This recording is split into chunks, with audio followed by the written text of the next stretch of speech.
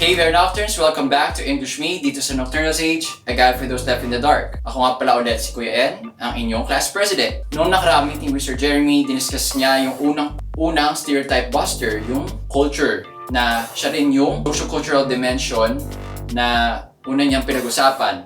So nalaman natin na kahit Inglesero si Sir Jeremy, laking lungsod or urban grown, and kahit mukha siyang mayaman, hindi talaga siya mayaman, kahit may ganun siyang stereotypes, lahat yung mga labels na yun, napatunayan niyang ano lang talaga sila, again, stereotype. So wag tayo basta-basta magpapadala sa kung ano-ano yung mga binabansag sa atin ng mga iba, kasi hindi naman sa lahat ng panahon totoo yung pagkakaunawa nila. At saka yung mga bansag na ito, depende na yung kahulugan sa kung sino man yung nagbabasa o gumagamit. Sa kabila ng mga iyon, ng mga pagpapahulugan ng iba, kung ano yung pagkakilala mo sa sarili mo, yun yung mas mahalaga. Kung ano ba yung tunay na ikaw, hindi mo kailangan magpadala sa kung ano yung sinasabi na marami. So ngayong gabi naman, ibang socio-cultural dimension yung titingnan natin. At ito ay mas controversial kasi may kinalaman ito sa kasarian. Pero tama ba yung pag-unawa natin sa kasarian? I-compare nyo nga natin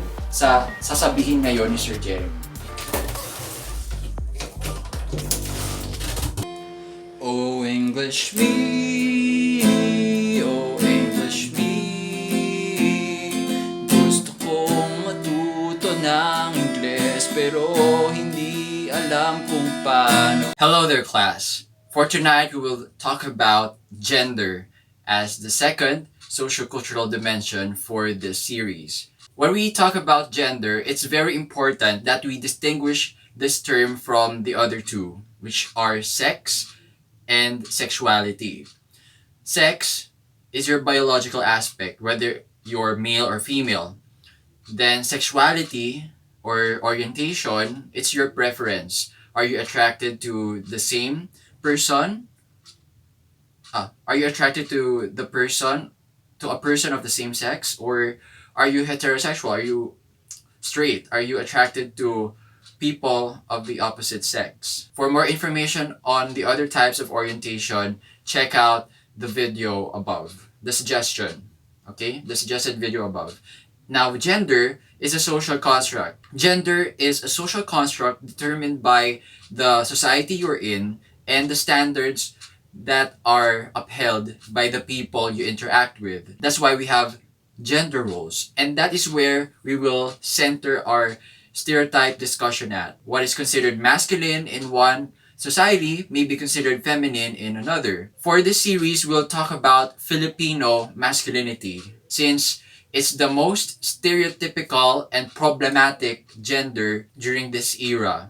I do acknowledge the fight for gender rights in which women are the disadvantaged group. I do consider that. However, at the same time, we cannot deny the perception of masculinity actually contributes to the issue on gender inequality. The thinking that men have to be macho, they have to be dominant in almost every aspect of living. And that is what we're going to bust in our second episode of the series. Let's divide our discussion into three types. So first, let's discuss about looks or appearance, and then familiar role in the family as husband, especially as a husband. And then finally, we will talk about careers that are considered masculine, and then careers that men should avoid because they're too feminine. Let's start with appearance. It's already a given that being macho, having big muscles, those six-pack abs, or sometimes 8, are a requirement to be really masculine. If we examine the generation of today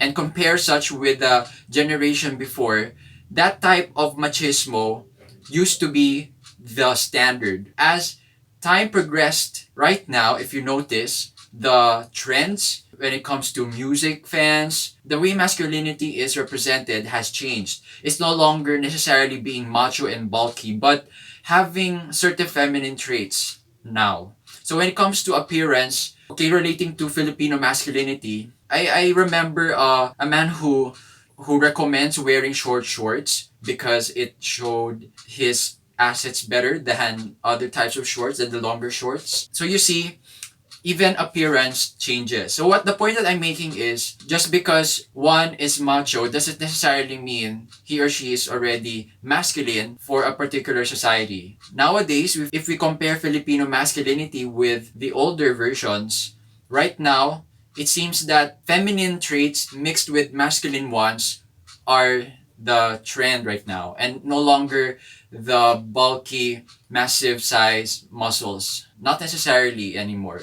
There are some though who want to have big muscles, but the muscles seem to kind of shrunk, the late generation of masculinity. So Filipino masculinity nowadays seems to be more androgynous, just like other societies. If you compare them with your favorite K-pop group, if you're fond of K-pop, and also other music groups in some nations, especially Western, you see that the guys there, the celebrities, are leaner.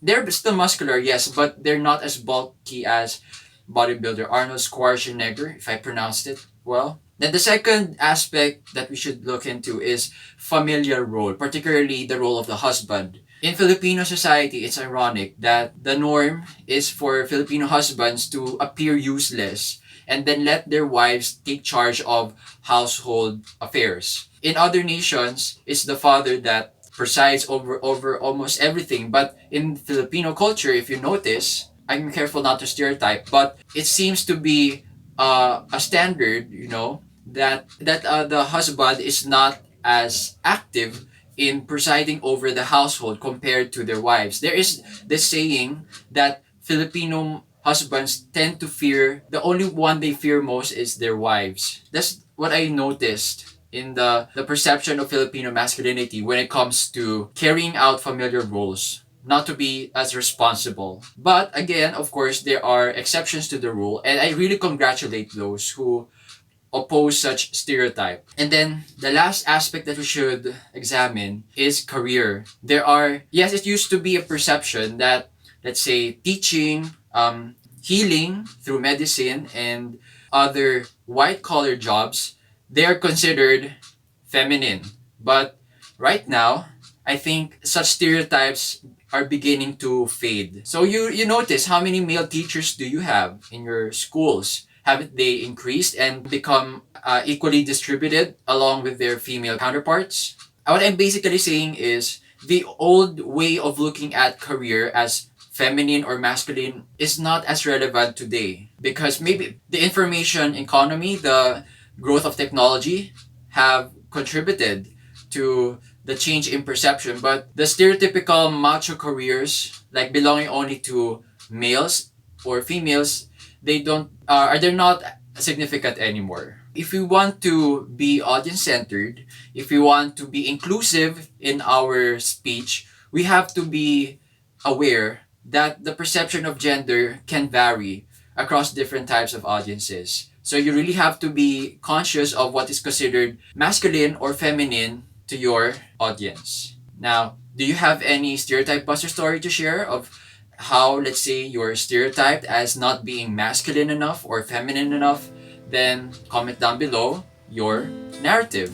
For all you know, you might inspire others through your own stories. See you in another episode on the next Stereotype Buster. Oh, English me, oh, English me. Gusto kong matuto ng Ingles, pero hindi alam kung paano. Sino ang magtuturo?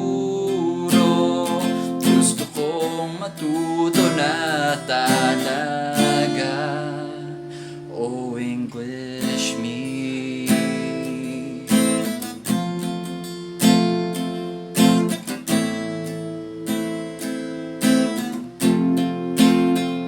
Dulas!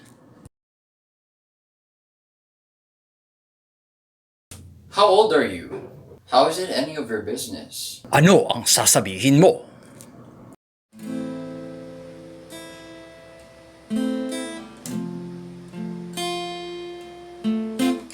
Do you mind if you let me know how young or old you are?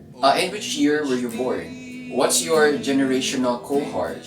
I'm curious to knowing which one of us is older. If I told you my age, would you share it with anyone else? Will telling my age make us closer friends? Why? How old are you? If I tell mine, would you tell me yours? Kung nagustuhan ninyo ang episode nito, pakilike lang dyan sa baba. Tapos kung may questions kayo or suggestions para mapa-improve yung delivery ng lesson, i-comment nyo na lang din. I-share nyo naman ang video na to. Mas maganda nga yung buong playlist sa mga alam nyo nagtitake na ngayon ng oral com. Alam nyo naman na kanya-kanya ng diskarte sa paghahanap ng reliable reference materials at kasama na dyan sa listahan ng Nocturnal Sage kung naniniwala kayong reliable ito. Kung gusto ninyo ng safe space kung saan makakapag-open kayo ng topics na hindi nyo nauungkat basta-basta with family and friends, join kayo ng Nocturnal Space, yung link nasa baba. Para naman may chance na makakilala kayo ng mga kaparehas nyo rin palang mag-isip. At higit sa lahat, mag-subscribe at itap nyo yung notification bell para hindi kayo mahuli sa mga anumang updates namin. New episodes every Tuesday at 8 p.m. Salamat sa panonood. Ako muli si Kuya N. Kita-kits sa susunod na episode ng English Me dito sa Nocturnal Sage, a guide for those left in the dark.